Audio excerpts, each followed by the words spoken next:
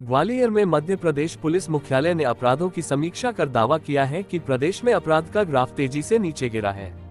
साथ ही एससीआरबी की तरफ से भी आधिकारिक तौर पर आंकड़े भी जारी किए गए हैं। वहीं ग्वालियर संभाग में अपराधों की समीक्षा करने पहुंची स्पेशल डीजी ने कहा कि हम घरों में होने वाले अपराधों को लेकर चिंतित हैं। हम लोगों से जुड़ना चाहते हैं जिससे अपराधों पर नियंत्रण पाया जा सके। ग्वालियर संभाग में अपराधों की समीक्षा करने ग्वालियर पहुंची प्रदेश की स्पेशल डीजी प्रज्ञा ऋचा श्रीवास्तव महिला सुरक्षा ने समीक्षा बैठक के बाद मीडिया के सवालों के जवाब देते हुए कहा कि प्रदेश में लगातार अपराधों का ग्राफ तेजी से घट रहा है। हमने साइबर अपराधों को चैलेंज के रूप में लिया है और हमारी पुलिस टीम हर स्तर पर तैयार है। हमें चिंता घरों में होने वाले अपराधों को लेकर है। हम लोगों से जुड़ना चाहते हैं ताकि घरों में होने वाले अपराधों की जानकारी हमें मिले जिससे उस अपराध को जड़ से खत्म किया जा सके। महिलाओं के खिलाफ अपराधों में कमी लाने के लिए पुलिस की तरफ से ऊर्जा महिला डेस्क, आशा, मुस्कान और मैं हूं अभिमुख जैसे कार्यक्रम चलाए जा रहे हैं। प्रज्ञा ऋचा श्रीवास्तव, स्पेशल डीजी महिला सुरक्षा, मध्य प्रदेश ने कहा, आपको बता दें कि पुलिस मुख्यालय ने बीते 7 महीनों के अपराधों की समीक्षा कर प्रदेश में अपराधों में कमी का दावा किया है। वहीं एससीआरबी ने भी जारी आधिकारिक आंकड़ों बताया है कि साल 2023-24 के 1 जनवरी से 31 जुलाई तक के अपराधों की तुलना में 2024 में आईपीसी और बीएनएस के तहत होने वाले अपराधों में कमी दर्ज की गई है। खासकर सामूहिक दुष्कर्म, गैंगरेप के मामलों में 19.01%, महिलाओं पर क्रूरता, दहेज प्रताड़ना में 3.23%, छेड़छाड़ के मामलों में 9.85%, कुल मिलाकर महिलाओं के खिलाफ होने वाले अपराधों में 7.91% की कमी देखी गई है। आज के बैठक की विशेष बात ये रही कि इसमें हमारे माननीय जनप्रतिनिधियों का जुड़ाव भी हुआ। पूरे ग्वालियर संभाग के कानून व्यवस्था एवं अपराध की समीक्षा की गई है और इस बात की भी समीक्षा की गई है कि भाई हमारी व्यवस्था में सुधार यदि कुछ कैसे हो सकता है।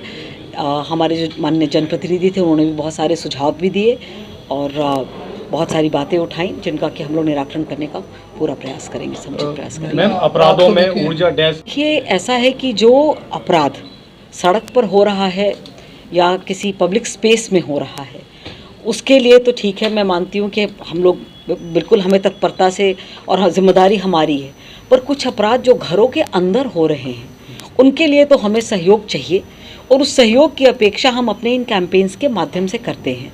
तो जो अभिमन्यु कैंपेन है या हम होंगे कामयाब, एक कैंपेन हुआ था जिसकी राष्ट्रीय स्तर पर सराहना की गई है, मैं आप लोग से ये भी बांटना चाहूँगी आज। तो ये मूलतः 2 बातें हैं इसमें, एक तो कि जुड़ाव लोगों से, ताकि जब ये बात होती है कि अपराध बढ़ रहे हैं तो ऐसे किसी भी कैंपेन के बाद जब हम खुद कह रहे हैं बच्चियों से, महिलाओं से, घर के पुरुषों से कि अगर घर में कुछ ऐसा हो रहा है तो हमारे पास आइए, हमसे जुड़िए, हमें बताइए, तो ये बातें हम तक आती हैं तो जाहिर बात है कि वो एक एस्केलेशन होगा। दूसरा, जो विभिन्न विभाग हैं हमारे शासन के, जो हर एक कई सारे ऐसे कम से कम 8 विभाग हैं जो कहीं से जुड़े हुए हैं महिलाओं या बच्चों के उत्थान के लिए या उनके सशक्तिकरण के लिए, तो उनके कन्वर्जेंस का भी प्रयास होता है हमारे कैंपेन में कि सारे विभाग एक प्लेटफॉर्म पर आएँ। तो यदि कोई पीड़िता है या पीड़ित परिवार है तो उसे सारा सहयोग, जो अपेक्षित सहयोग है शासन से, वो एक स्थान पर ही मिल जाए। तो ये होता है और ये बहुत महत्वपूर्ण होते हैं हमारे कैंपेन। इसकी सफलता हम अपने डेटा से मापते हैं, तो ऐसा मुझे लगता है कि ये बहुत सफल अभियान है। जनप्रतिनिधियों की तरफ से कोई सुझाव, उसका श्रेय तो मैं आप लोगों को दूंगी यदि मीडिया का जुड़ाव नहीं हो। देखिए क्या होता है, जब अपराध घटित होते हैं तब तो बहुत फ्लैश किया जाता है, उससे हमें फ़ायदा यूँ नहीं, फ़ायदा नुकसान की बात नहीं है, मतलब जो पूरा सिस्टम है जुडिशरी का या पुलिस का कि हम अपराधी को सज़ा दिलाएं, उसका मकसद ये होता है कि जो ऐसे पोटेंशियल लोग हैं जो ऐसे अपराध घटित कर सकते हैं उनके दिल में कहीं डर पैदा हो।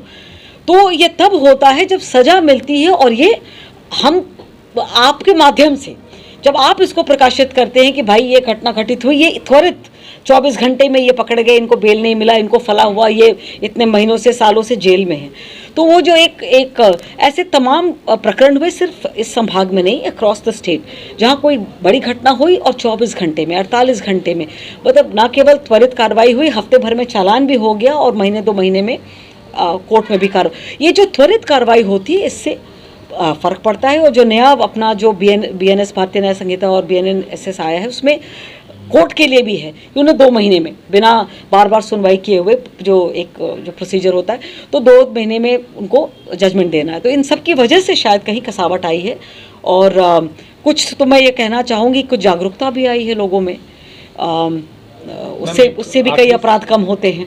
आखिरी सवाल हो रहा है, डिजिटल जिस तरह से क्राइम बढ़ रहा है, डिजिटल क्राइम जो बढ़ रहा है तेजी से, और ज़मीनी मामले जो तेजी से पुलिस थाने तक पहुंच रहे हैं, इसके लिए किस तरह के प्रयास आपके द्वारा? नहीं, देखिए लगातार इनफैक्ट जो डिजिटल क्राइम और साइबर क्राइम ये लगभग तो इसके जागरूकता कैंपेन लगातार चल रहे हैं। मेरे ख्याल से आप लोग के माध्यम से भी और ज़मीनी लेवल पर भी कैंप्स लगाए जा करके बताए जा रहे हैं कि किस तरीके से बचना है।